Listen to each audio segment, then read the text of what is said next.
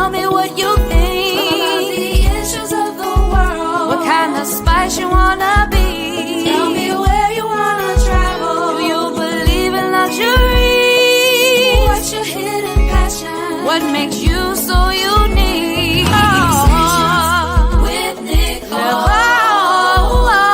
Conversations with Nicole. Conversations with Nicole. Conversations with Nicole. Greetings. Happy Monday. I'm Nicole Everett, the host of Conversations with Nicole, a talk show based in Tallahassee, Florida, focused on connecting the community through conversations. And it is what I call Man Up Monday. Man Up Monday. And this is an opportunity for you and me and my guests to have an interactive conversation. So this conversation is geared towards the men in some regards. This is a safe space for you to come and talk and share, but the women can chime in as well, as we often do. And so, before we get started, in terms of me introducing my guests, I would like for you to, in the comments, put your city and state. Type in your city and state because I want to see who is joining us tonight for this interactive conversation. Put your city and state in the comments and I will give you a shout out. We are broadcasting live on Facebook, YouTube, and on the Greater Works Network, which is my network, on Roku TV. So tell your friends, your family members, we're on live and we're talking mental health, mental wellness. We're trying to normalize the conversation in our community. So let me hear from you. I want to know who's on with me tonight. My guest is a long-time friend, sister, acquaintance from ACDT. So I'm hoping some of our African Caribbean dance theater peeps are going to be on here tonight to support our efforts. So I'm shouting y'all out right now. All right. I see Miss Chastity. Thank you from Tallahassee. I appreciate you, Chastity. Chastity's been on she's actually been on the show in November and has been on participating almost every time we're on here. So I appreciate that support. I really do.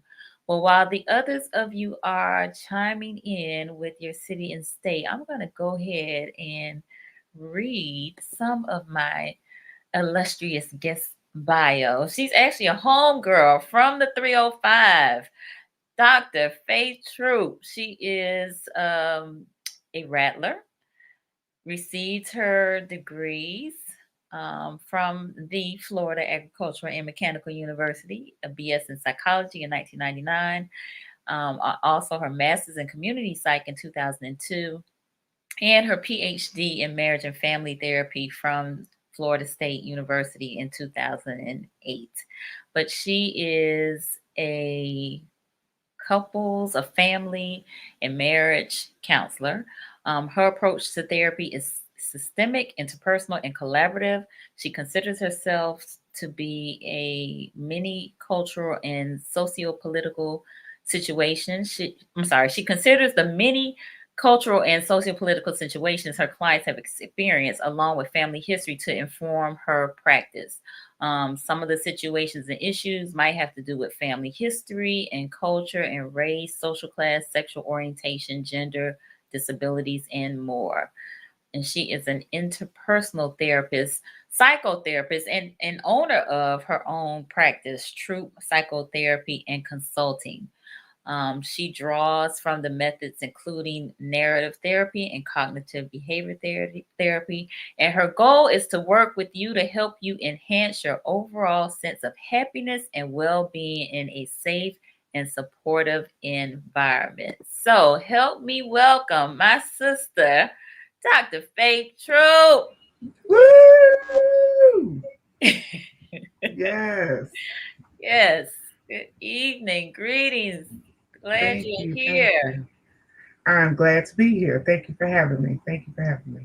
So, for those who don't know you, tell them, who is Faith Troupe? Not what you do, but who are you? Right. Who am I? So I am the daughter of Florence and Curtis Troupe, who are no longer living, but I give thanks for their life because I am here as a result of it. I am the sister of many women and the daughter of many women who are here on this earth and no longer here. I am a priest of ancestors and the Orisha Shango. I am the daughter of the goddaughter of Iya Omitade Adederan. I am a lover and a healer and a woman of many talents. Love it. Yes, Thank you. all of that. And a lover of African dance, right? And definitely a love of African dance. Trust me, my Mhm. body is constantly in search of it and thankful for it as a healing practice. Indeed, indeed, indeed. So you are in Atlanta. I am. I'm in Atlanta, actually slightly south of outside of Atlanta proper, but I've been here. Hmm, I moved here during the pandemic, like 2 months into the pandemic. So I've been here for a little bit over a year. Okay, good deal. Yeah, actually, it'll be 2 years in April. All right. So staying busy, I'm sure. Oh yeah, most definitely. It is. It surprises me sometimes how busy I have been, but yes, definitely Mhm. busy. Indeed. So, we talked, we connected. Mhm.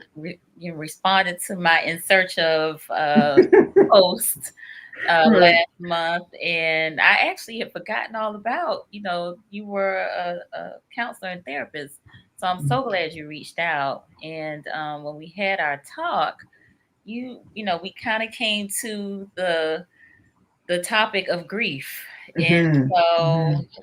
we discovered that grief is a good thing. Yeah, most definitely. Grief is a Grief is good a thing. good thing, and that it is imperative for our growth. And grief is not just associated with death. Right.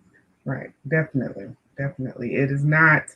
Most of the time, we look at grief as the grief loss of a loved one or the Hmm. death of someone.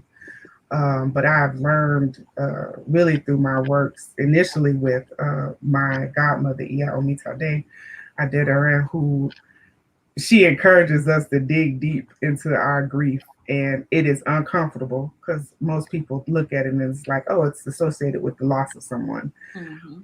But grief is so much more than that. Grief is necessary for us to understand that at times we have things that we're holding on to that we're really not meant to. Like we're really not meant to hold on to and carry with us. Is if you think about Erica Badu's Bag Lady Mm. song, it's like how many bags are we carrying? And the process of grieving, right, allows us to release and let go and acknowledge really what it is that we are carrying that no longer serves us. Yes, very powerful. I think we can get so attached to certain behaviors and even thoughts about certain things, our Thoughts, perception. beliefs, our dreams sometimes that go deferred. It's like when you think about the things that you were hoping you had when you were 20, if you're now 50 and you're still holding on to the things you thought you were going to have at 20, you can imagine the impact that it has on your life overall. When we hold on to just thoughts, beliefs, dreams, people who are still living, right? Yes. Relationships that no longer serve us. And so I look at grief in a more expansive kind of view of grief. So even when I do have clients that I work with who I know are dealing with the loss of a person, like an actual death, I still try to get them to tap into other areas that they're ready to, Mm. release and let go of and heal from. Yeah.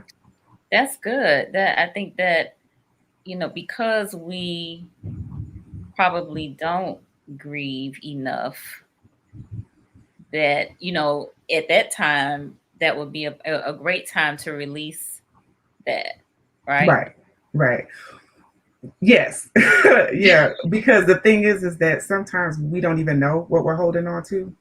Right. And so the process of grief really needs to, which to me is the most uncomfortable part. So even myself, I go through a process of grief, and although I encourage it, it is still uncomfortable. So it's like, oh, I don't know if I really want to dig into that area. Like, oh, that might be say I might need to save that for later. But it's still helpful to tap into and really acknowledge like what is holding me back right now. And it looks different, right, at different points in our lives and at different times. I typically fast about 4 times of the year, and we're coming around that time now because of the winter solstice tomorrow, I believe. And what happens is that it is a time for us to acknowledge, like, what am I ready to let go of? And it doesn't have to be that I'm letting it go and never coming back to it, but that I'm looking at it more like an onion. Like I'm taking this layer off and I'm ready to process this layer and I'm ready to explore this layer. And so the grief process and that acknowledging, that recognizing, that really saving space for yourself to say, oh, this is something that's not working for me, or the loss of a person, I'm still grieving. We don't ever get to a point where we're like, oh, I'm done. Right. It's more like, okay, well, what's next? What is the next layer? And sometimes in therapy, I get a lot like, I thought I had dealt with that. And it's like, well, you did at the level where you were at then. But now you're at this space, right? And so it is necessary to continue to process, continue to look at, continue to explore. So that is a very interesting point. It's like you're saying that there are levels to this. Oh, yeah. Oh, yeah. Well, because we're growing, right? We as individuals are growing, and then within the context of our relationships, there too are changing. And so as we are growing, which is why I can't look at a person and say, oh, you're just one individual. Like I have to look at the context, right, in which you are showing up for me in this moment. And a part of that is saying, okay, well, yeah, you may have dealt with this issue at this level, right? But then 2 years later, 2 months later, something comes up and it reignites something within us, myself included, right? And you have to say, okay, well, what is this? What is going on in this moment? And how is it applicable now? And what is it that I'm ready to release about it now? Right? Yeah. Yeah, that releasing piece, that's so powerful. Just, I want y'all to marinate on that just for a little bit. Just what is no longer serving me well, and what am I ready to let go of? Right. And sometimes that's the struggle, right? It's like, oh, if I let go of this, and it's easier for us to conceptualize this related to the loss of a person, right? So when we lose someone, be it through a relationship or they're actually dying, we're holding on to sometimes what it was then, right? What it was when that loss actually occurred. But then where am I at now? Like, am I even that person? Am I still this in this space? And is this still necessary for me to even hold on to in this way? I think about it for myself personally. Like I lost my mother when I was 13. My 20s grieving was different from my 30s grieving of my mother. And that is about time, right? It is about where I am in relation to time, but also what it is about me being a woman having a mother, right? Or me being a woman who at my 30s is considering different aspects of where I am, which may have looked different, definitely looked different when I was 13 and grieving the loss. But even now, at the age that I am now, well into my 40s, it's like, oh, this is even different to consider. Okay, well, what does this look like, feel like for me now? And how is it impacting me? Because that's the other thing we have to consider. Okay, well, what's the evidence that it's time for me to release something? What is the evidence? What is the feedback that I'm getting from the universe and the people around me that it's time for me to release something? So I just want to also bring attention to what you just said there, because what I'm hearing is that it really, where you are matters. Right. Oh, most definitely. And being in tune with where you are matters. Yeah. Because so often I think we hear, get over it, or Mm. you should be over it, or Mhm. you know, that's been so many years, you know, you should have gotten so far Pass it. by now or whatever. You know what I'm Right. saying?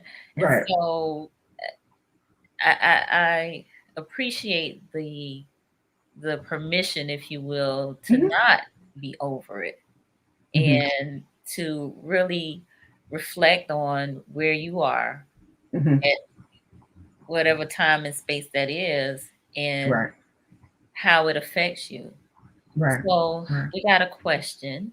Okay. And we got a comment first. Princess says, so glad because not everyone I have counsel with can give it as she just spoke. So Mhm. Princess is giving you some kudos right there.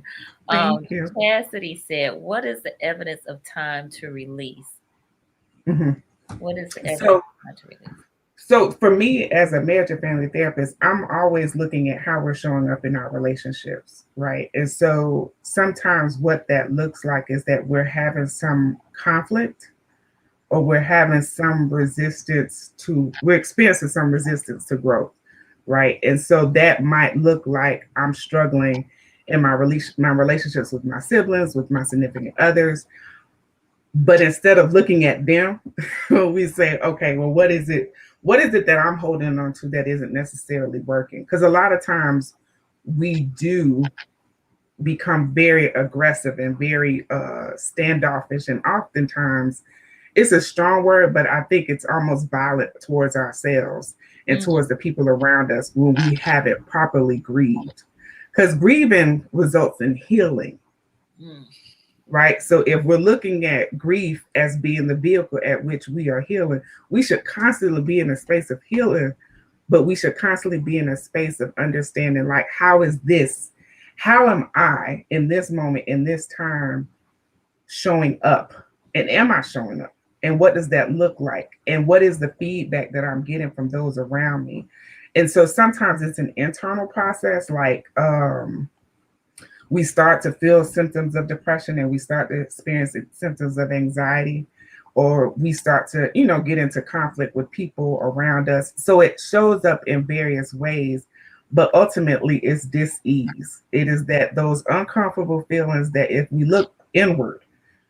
look more inward than trying to say, oh, okay, well, you the issue, you the problem. It's like, okay, well, what is it that is me that is happening in this moment? wow. My my wheels are turning. Okay.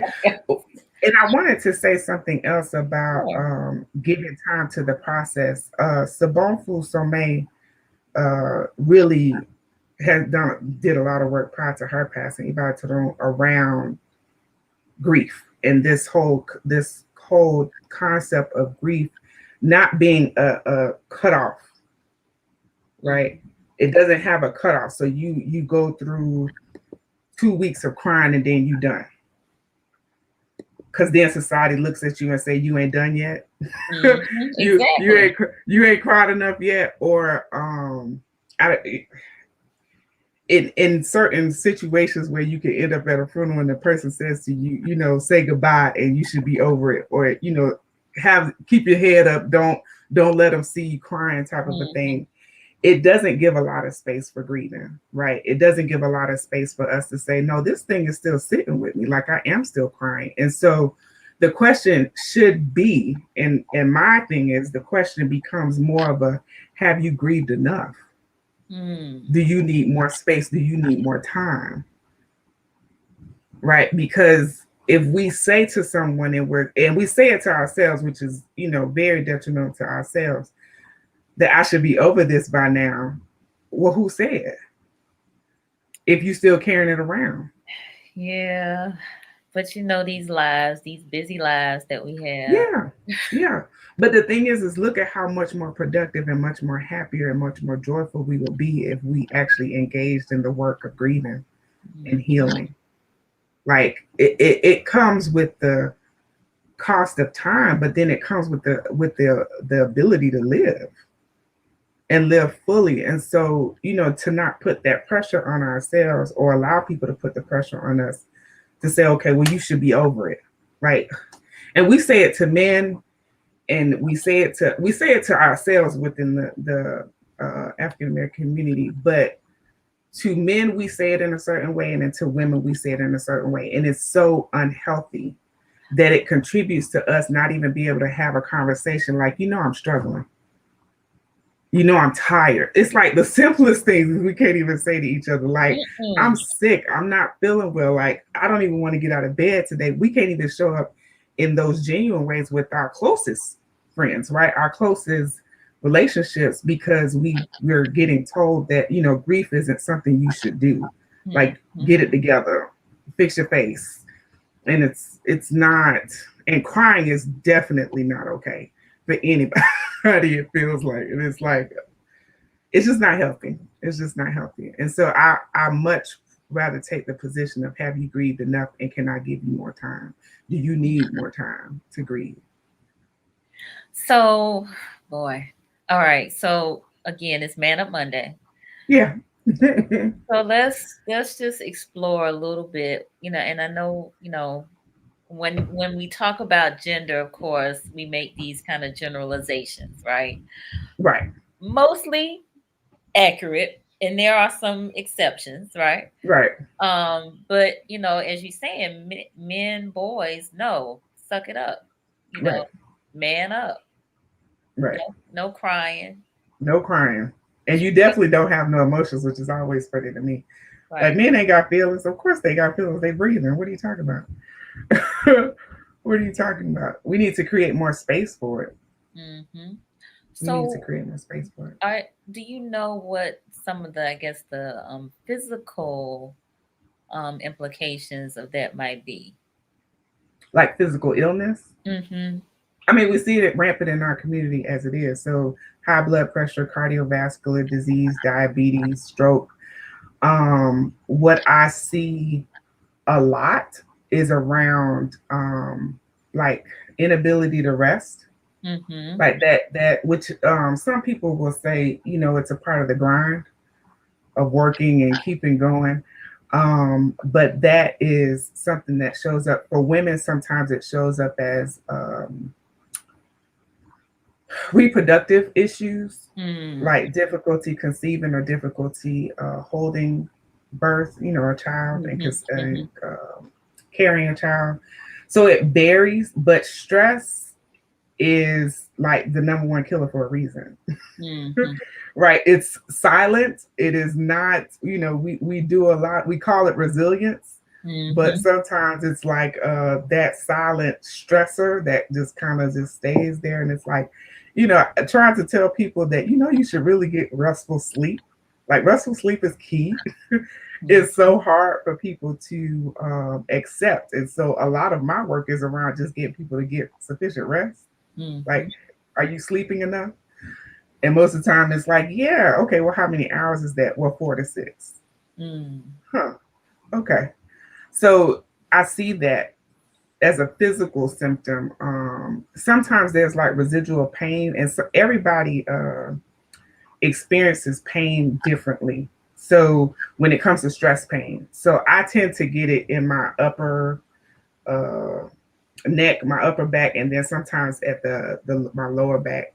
I tend to carry stress. Women tend to carry it in their hip regions, just because that's where we hold a lot of stress. We hold a lot of weight, and so you get that sometimes pain that comes with that is just unexplainable, but it's related to stress, headaches, migraines, things of that nature. So it can run the gamut of actual physical symptoms of holding on to things that need to be released. Definitely.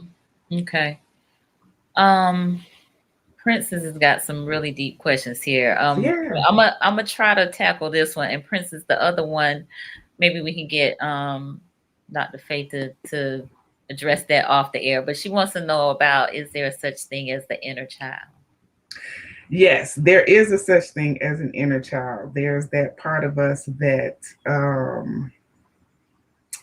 is based in innocence, that is based in that it's an innocence. It's almost like that part of us that is our almost truest un untainted selves, right? And so the inner child is oftentimes needing healing because of childhood trauma or things that have happened earlier in our development that's kind of gotten us stunted. And so that too becomes grief work. That releasing of things that may have happened, and sometimes it's subtle things. I don't want to take away from the importance of by calling it small, but it could be trauma that is huge, but also very small. That is the little things, but it left an imprint on us, right? And it shows up in adulthood. So yeah. I don't do inner child work, so I will say that up front. So it's not something that I necessarily work on or specifically tap into, but I do know that there are therapists who do. Indeed. So we've talked about releasing what you're well, I guess an acknowledgement of what you're ready to let go of and releasing that. And then we've also talked about grieving enough, and that it's an ongoing process. Yeah, depends on where you are. Definitely. And so one of the things that too I think we need to consider as far as grieving, which most people are not comfortable with, and I say most because I know there are people out there who are doing the work in community spaces, but being able to do it around community, around people who support you is key. So in addition to the message that we receive often around whether or not it's okay to be emotional or cry or be sad or be angry, because sometimes unresolved grief shows up as rage and anger. It is helpful when we can do it in spaces that feel safe and is supported by people who love us, right? And so when you think about how we experience loss, and then we have the funeral and the repast and the people are there and they're supporting us, that is part of it, right? But also being able to create a safe space where you have your sister friends or your brothers come over and say, hey, we know you're struggling, or we know that you've experienced this thing. Do you need to talk?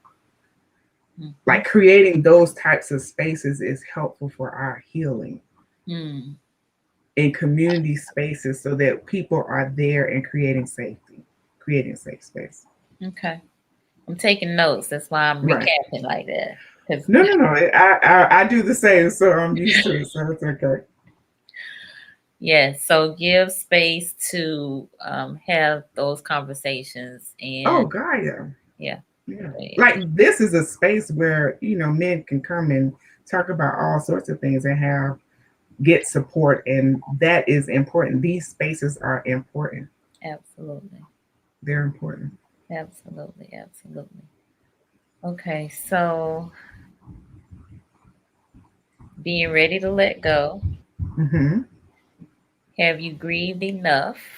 And also having a safe space where your community, the people around you who love you, can give you room and place to express yourself or go through whatever you need to go through in that process. Yeah, most definitely. All of that is important for our healing, so that when we show up in our relationships, when we show up for ourselves, we're doing it from a place where we're acknowledging, there are going to be things that I struggle with. There are going to be things that I am needing to let go of so that I can continue to grow and be my best self. Right? Not perfect. We're not aiming for perfection, but we are aiming for, being able to experience joy and happiness. Yes. In life. Yes. So as we, I think some of the things that we talked about, even prior to this is maybe dreams that we had, maybe expectations or hopes or, relationships, positions, and, just hopes, wishes, dreams, all of that. Yeah, That no, we're holding on to, that were near and dear to us, that didn't happen thought it would. dreamed it, like we hoped it, like we Right. thunk it, right? Right. It's funny because I think about even for myself, like where I was when I was like 18 and dreaming. You dream in bed. Like I dreamed of going to fam. So that that happened, and I'm very thankful and grateful for it. I love I love my great alma mater. Love. Um so but the things that also happened during those times of dreaming and thinking that a part of it is genuinely thinking that I would be a mother by now, right? So that's something that's like, oh man, at 18, and then at 20 something, I was like, oh, if I had children, I had so much growing to do, and I had so many things to experience. And then at 30, it's like, oh, do I really want to continue to hold on to this as the thing that I'm waiting to experience life Mm. and to live fully? So sometimes we have dreams that are like, oh, if I thought that I needed to have finished grad school by 30, okay, I was able to do that. But would I have wanted to stop living as a result of it? Probably not. Probably not. And so sometimes we hold on and we have dreams or we have stories or we've committed to doing things to other people, right? And for other people that really isn't for us. Mm-hmm. And it's like, oh, well, I'm not living for me. I'm living because I told this person that I would, become a millionaire by the time I was 30. And it's like, oh, I'm Yeah. 40 and I didn't do that.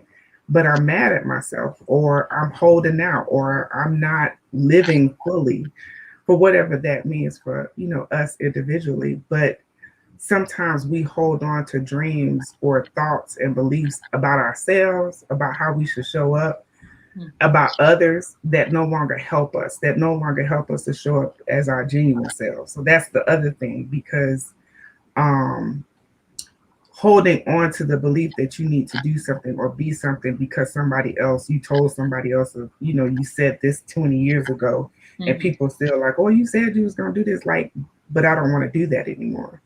So the acknowledgement also comes with the validation that, oh, what I'm experiencing is genuine too, right? This thing that is feels like tension, right? Oh, this is something that I'm genuinely experiencing. This is real for me. And so, but I don't want to do it anymore. Like, it doesn't bring me joy. It's like people who end up in jobs where it's like, yeah, I'm not happy doing this. But everybody in my family is an educator. And so I went into teaching because everybody in my family is a teacher. This is what we do, but you don't enjoy it.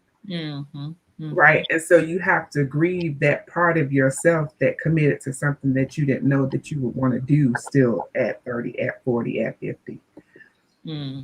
Right. Okay. And so that part has to happen. That acknowledging that I've held on to something that isn't true and key to me. I have to acknowledge that that's not working anymore so that I can begin to dream and dream big and think about, well, what else is there that I want to do? Okay.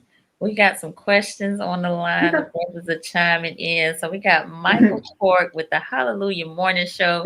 Michael Cork and Friends, 95.3 right here in Tallahassee. Thanks for being on tonight, Cork. He said, how much of the letting go requires staying focused on new aspirations and realizing not letting go hinders the accomplishment of those same aspirations?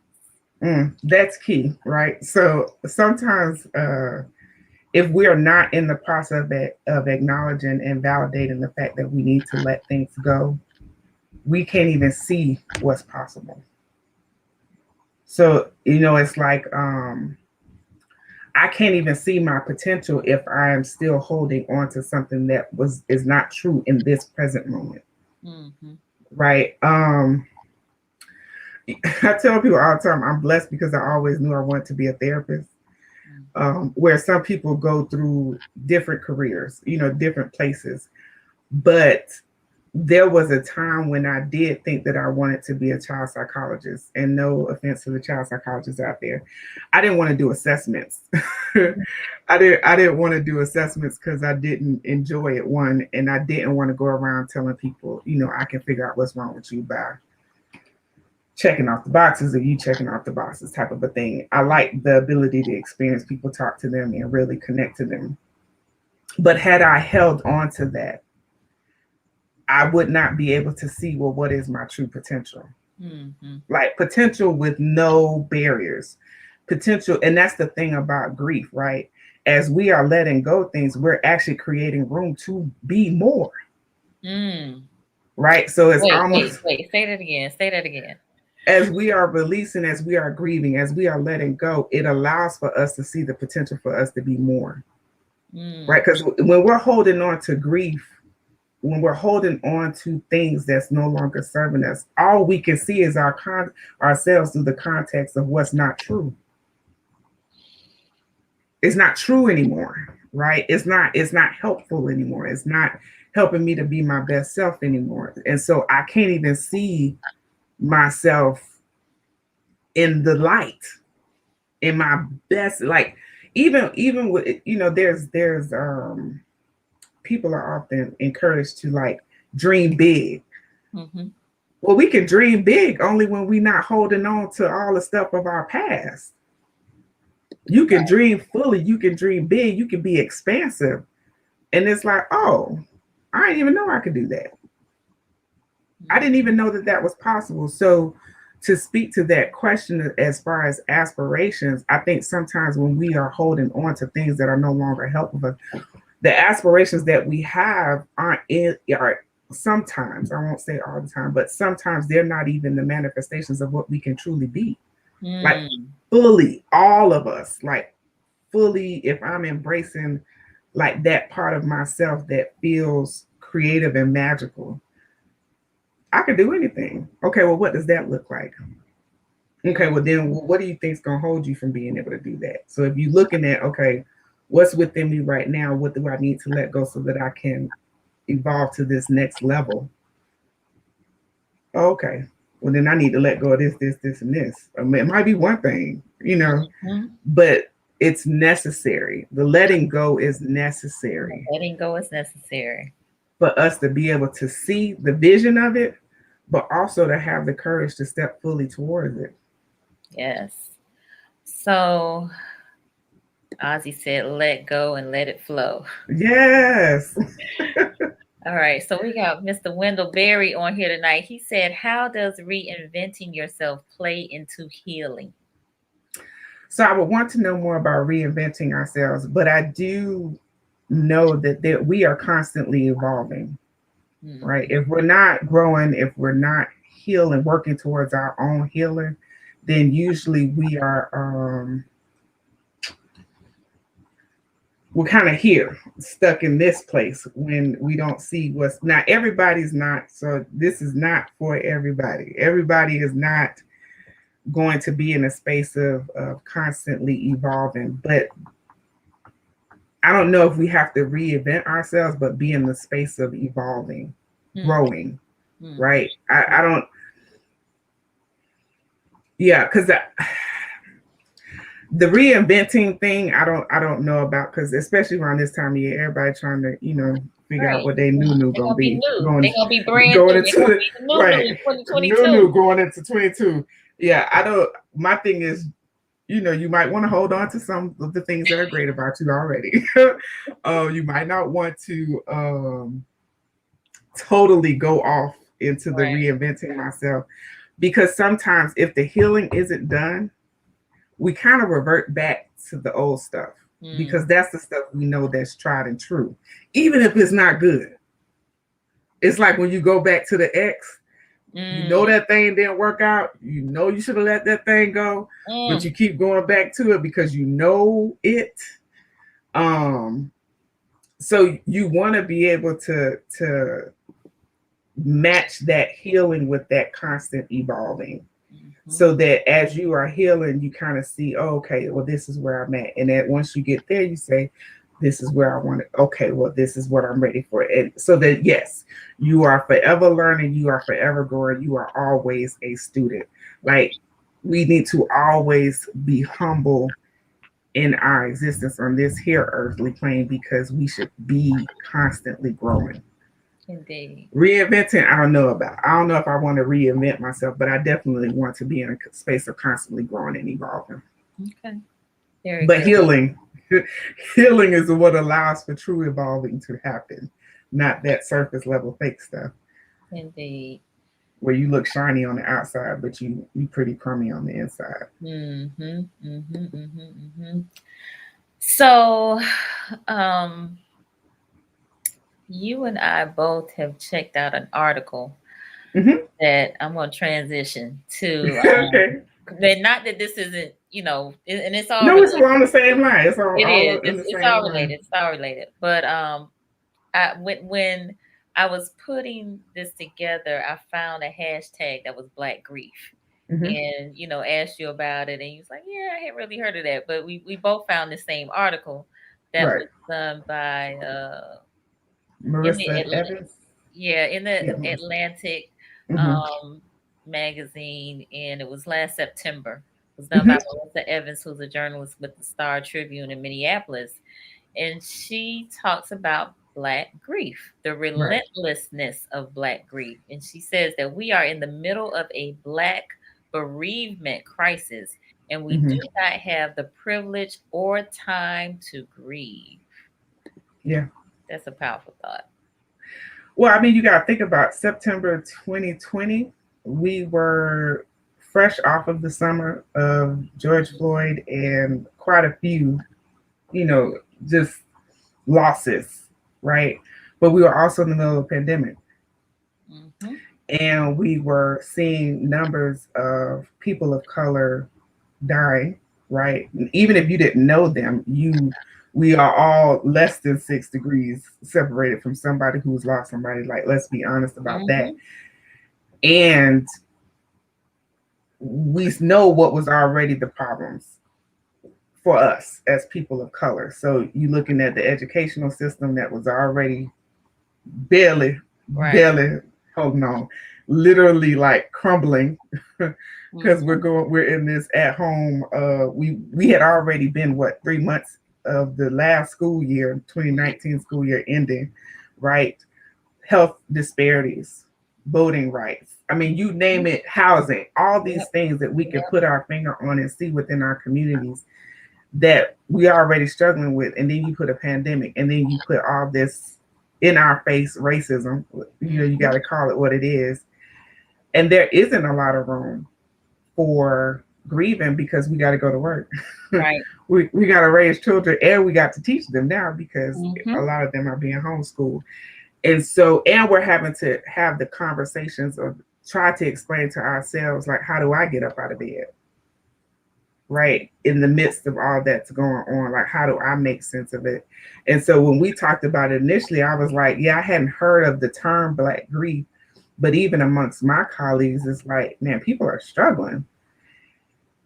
And so we just show up, right? As therapists, we show up, and then we create spaces for ourselves to be able to do the work of having safe space to talk about it and having safe spaces to grieve.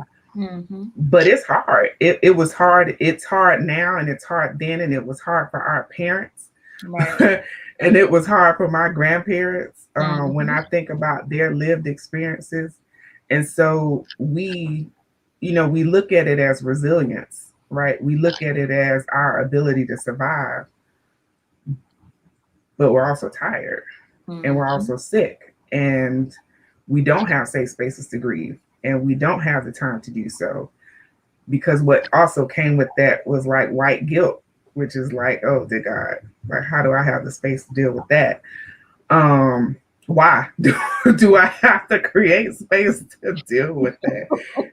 It makes me laugh because I'm like, I can't lend you no support because I'm trying to figure out on my own self, like, why does this even make sense in 2021? Like, let's be very real about it, right? Hmm. And so Black grief again is like the numbers of things that our parents, our parents, parents, our parents, parents, parents have had to deal with. And yes, it is trauma, right? Mhm. But the issue with trauma is that sometimes we don't know that it's trauma, right? We don't even, because it doesn't, it's like, what is my life? Right. This But is do you just the realize way, that this this is is just the just the way way it it is. is, right? It is what it is. And we take that on the chin Mhm. as a community, but we're also struggling as a result of it, Yeah, no doubt. right? I can't talk to my brother and look at him in his face and be like, hey, can I help you? Mhm. It goes back to the conversation about grief that it is that we don't even create, we can't even create spaces for ourselves to say, hey, can we come into a group and kind of talk about what's going on and promise to support each other in a Mhm. genuine way, Yes. right? In a genuine way that looks real, Right. that I'm not just going to see my sister struggling and then think, oh, well, I hope she get it together. You know, Mhm. it's like, how does that happen? So it's harmful to us. It is traumatic, but I think we have a history of taking it on the chin that Mhm. contributes to this ongoing unresolved grief that shows up for our community uniquely, to me, which is why a lot of my work has been around grief and really dealing with it at multiple levels Hmm. because it's killing us. It's killing us. Hmm. Okay, so I'm gonna recap again. I want folks to get this. I really do. So acknowledging what you're ready to let go of that is no longer serving you well. Mhm, Okay. So mhm. these are the takeaways, y'all. All right. Just in case you're not getting it, these are the takeaways. Acknowledging what's not serving you well and being ready to let go of it. Um, grieving enough. Mhm. Grieving enough. Have you grieved enough? Maybe there's some pent up, you know. Not maybe, there is. We all got it. Like I would, there's no question. Like you should just Right, assume that you need to right, release something right, and right. just sit with yourself and let it go. Let So it go. that actually The brings me acknowledging to of it. another question that I had. Mhm. Is there a such thing as unhealthy grieving? Like, can we? And well, as I ask this question, I'm kind of Right. flushing this out.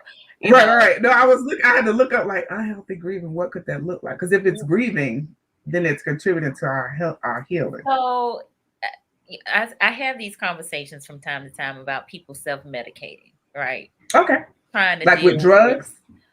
with anything. It could be Oh, okay. overeating, over sexing, Right. over drugging, over drinking, over, whatever. Just Mhm. trying to numb the pain, take your mind off it, or what have you. So Right. to me, that can be unhealthy, especially if we do it excessively. Yeah. You know? Yeah. No, that is at its core unhealthy. But that's not grief. Okay. That's numbing, That's right? numbing. Mm-hmm. Or that's doing the thing that allows you to live in dis-ease without acknowledging and validating what you're feeling and experiencing. So that's not grief. I mean, that's not grieving, that's not healing. That's saying, I know my situation is rough. I'm going to continue to live in this situation that's rough, but in the meantime, I'm going to do these things that help me not feel it so seriously, right? Mm-hmm. That's one of the symptoms of experiencing trauma, right? Is that we move into a space of let me numb myself to protect myself Mm. from feeling these feelings. So like anger, rage, distancing ourselves.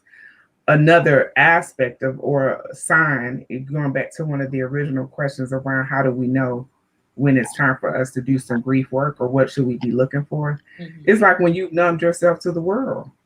Mm. When you've numbed yourself and it happens at various levels, but we can see it in our communities in the sense of where it's like, oh, another man done got shot. Mm-hmm. Like, yep, it happens. That's what happens in our community. Like, no, that should not be our response. Our responses should be a collective understanding that this is not good. Mhm. This is not good. This is not healthy. This is not for us, and this is not our community. Right. This is not a reflection of our community. This is not the reflection of us at our best. Mhm. And at the space of healing, that's not what this is. People are dying, yes. But when we numb ourselves or we try to do the things that allow us or prevent us from feeling, yeah, that's not grief. Mhm. That's not grief at all. That's definitely not grief. That's not healing. So I'm glad you said that because I think I don't know. I think maybe there's some misconceptions about that, and About grief or about in terms of what that is, what that looks like, um, and like you said, that's really numbing. Mhm. That's not you participating in the grieving process because you're Right. not really dealing with those feelings. You're not dealing with what has happened. Well, and you're holding on to it. So that's the Mhm. other thing, right? If you keep returning back to this place, like, have you really let it go? Mhm. Right. And people will often say, well, letting it go sounds so simple. No, no, no, no, no. Because remember, I already said I engage in grief rituals all the time. I do grief work often. It is uncomfortable. Mhm. I go into it like, dang, we gotta do this ritual. But I ask for it because I know I want it. I know I need it for my own Right. healing. Mhm. But it is uncomfortable. So it is the acknowledging of it. It is that sitting down and saying, I'm going to give space for myself. I'm going to validate my own self. And Mhm. I'm going to create space for other people to do that as well. That is necessary, but it is necessary. It's necessary. It's necessary for our healing. And it's not enough of it. There's Mhm. never enough of it. Mhm. We got so much stuff that we need to be grieving. We need to be um I I told a client and I prescribed for a client once to create a grieving tree. Hmm. Just a place where he could go. And it was an elder, black man. And I was just like, I go somewhere, find the tree that feels comfortable for you, and just go and cry and Mhm. grieve and let it out and Mhm. sit there until you are like you feel like you've had a release. Mhm. Because we are sad. We are carrying around emotions, feelings, sadness, regret that just need to be released. And so we have to create the spaces for it, but we should be in a continuous loop of grieving Hmm. if we really think about what we have experienced just in our own lifetimes. Wow. This past year, I'm like, if this Right. past year is any in the past 2 years actually has been any indicator, like people are exhausted. Yeah, they are. People are exhausted and they're trying their damnedest to hold on to some semblance of, life in the holiday season, but Mhm. people are exhausted. We need to be sitting around grieving. Now let me ask you this. Can grieving be dangerous from the standpoint of staying in that place or space too long in terms of it Mhm. turning into depression or, you know, something else more detrimental? So I'll say this about that. To me, that's not grief. Okay. That's not grieving. If you walk out of if you leave a space where you felt supported and you were able to like acknowledge what was going on, what you were experiencing, and you felt that you were able to, you ever felt like experienced a really good cry, like the cry that is, we call it the ugly cry, but Yeah. that cry that feels like you are going so deeply within, In the bowels of your belly. in the bowels of your belly. Do you hear me, my friends? If you walk out of that situation and you don't feel lighter, then you need to continue crying. Mm. You need to cry some more. And people, my clients hate when I say that. I'm like, if you need no to, tears. I ain't got no more tears. look, they got them, because we not talking about depression there, right? And that's the other thing that I try to get people to see, is that sadness, that mourning that you are in is not depression.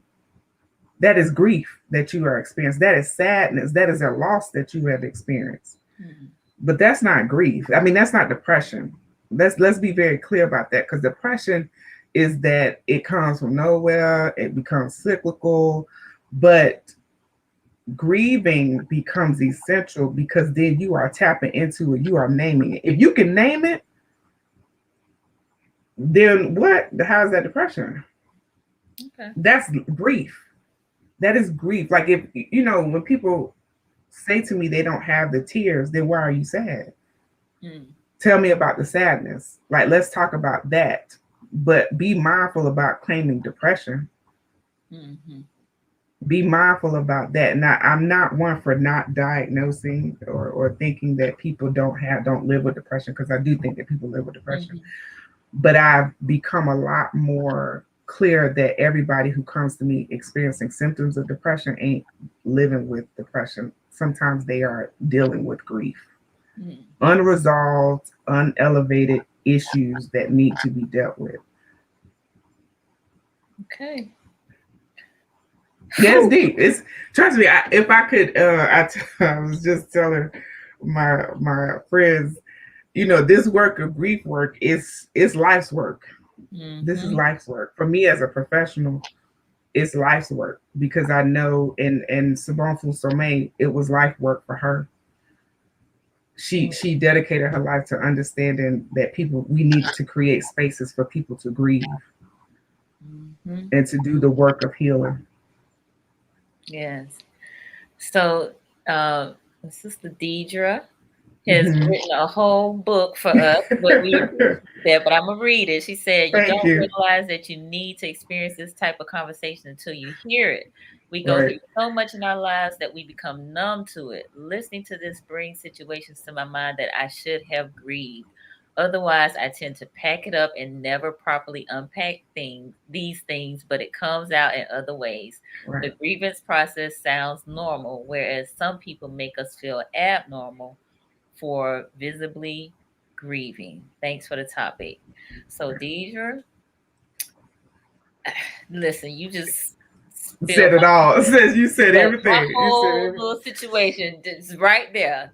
That's right. It right there for me, because I am very much so the same way. I don't have time to grieve. I got stuff to do, and mm-hmm. It does come out typically at an inopportune time. Right. So I'm trying to isolate to get away from people so I can then handle it. But it's stuff that I should have been taking care, stuff that happened 3, 6, 9 months ago that is just. But it doesn't matter. The timing of it. That's the other thing. The time is relative, right? It's relative to where we are given when it comes up for us, right? So if we were gentle with ourselves and said, you know what, the timing of this doesn't matter. The fact that I'm here and I'm at this point, I'm gonna show gratitude for it. I'm gonna show gratitude that it came up at this point and I'm able to feel it. I can feel it, because that is the truth, that I'm still alive. Right. So, it's like, if we could create room for being more gentle with ourselves around grief, mm-hmm. we would be more comfortable with it ultimately. Like, we would be okay with saying, yeah, this ain't the best. I'm in the middle of work. Right. Or I just finished with a client and that touched me, but I give space for it, because it's like, man, I don't ever want to be in a space where someone tells me, oh, their mom just died, or their father just died, or their grandmother just died, and I not say, oh, mm-hmm. Right, that is significant. Mm-hmm. So let's save some space for that. I mean, I think we have to start creating space for more grief, for more opportunities for us to say, I'm sad, I'm angry, I'm frustrated, I'm numb. Mm-hmm. I just think we have to. Okay. No, all good points. Good points. All right. So Whew, this has been good. This has been really, Good. really good. All right, so I'm gonna try to wrap these nuggets Nuggets. up. Put Yes, the the nuggets nuggets, up. the tips. Okay, so um, acknowledge the Hmm. things that are no longer serving you well, and be ready to let them go. Hmm. Have um, ask yourself whether or not you've grieved enough, and if not, then do so. That's the second one.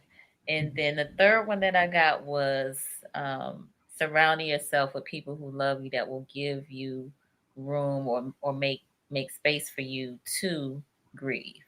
Right. So Right. like Let a us be human. grieving community. Yeah. Yeah. But our community should be places where we can grieve. Hmm. Like we should be creating community all the time. Spaces where we can go and be connected to people. Like I can see you. I don't have to know your name. I don't have to know your situation. But if I see you crying or struggling, I can at least say, "Hey, do you need a tissue?" Right. And not just move on as if you didn't just see this thing happening. Hmm. For sure. For sure. For sure. Whew. Thank you. You are very welcome. You are very welcome. Thank you. Thank you for having me. This is a topic that is true and dear to me because I continue to do the work for myself, but I also Mhm. support people in it. And Mhm. so I know that how necessary it is. I know how important it is. Indeed, indeed. Well, how can folks connect with you? Oh, so I am Dr. Faith Mhm. Troupe on all it's only two, Instagram and Facebook. Dr. Faith at drfaithtroop.com. And that is my email address. And then I have my website, which is drfaithtroop.com. So Awesome. just put in Dr. Faith Troop and something should come up. Awesome, awesome, awesome. I am putting it in the chat. Folks are chiming in. Yes. Thank you guys for your comments Yes, yes, yes. and questions. Awesome. Now, are you taking new patients? I am. I'm totally virtual, and I am taking clients in the states of North Carolina and Georgia. Okay. So I know this is you are based out of Florida, so I am I in cannot. Florida. Yes. But I do usually refer people to therapy for Black girls who are out of the states that I am Okay. licensed in, and then yeah, I'll just leave it at therapy for Black That's girls because I'm cool. trying to That's support cool. this. That's Gotta cool. Well, support us.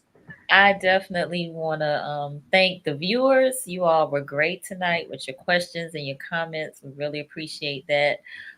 This is all about us normalizing the conversation around mental health and wellness. And so we definitely want you to keep this conversation going in your circles of influence, with your friends, with your family members, and your loved ones. Definitely keep this conversation going. And take use those takeaways in your community, in your circle. So we want to be healed, we want to be better, and you know share this message, tag some folks that weren't here, share this on your Facebook page, or comment if you're on YouTube. Comment, like, and comment, and share, because this is some powerful stuff. Dr. Faith, Yes, thank you. and you are welcome.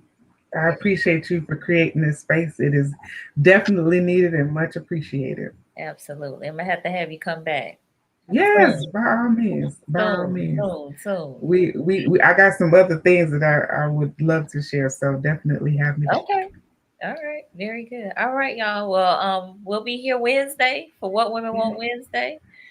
We are talking about, hold on, let me look at my notes. Navigating relational discord. Navigating relational discord with Cortina Peters, and she is out of Orlando. So looking forward to the conversation. All right, we'll be right back here 8:30 on Wednesday. We'll see y'all next time. Peace. Have a good evening.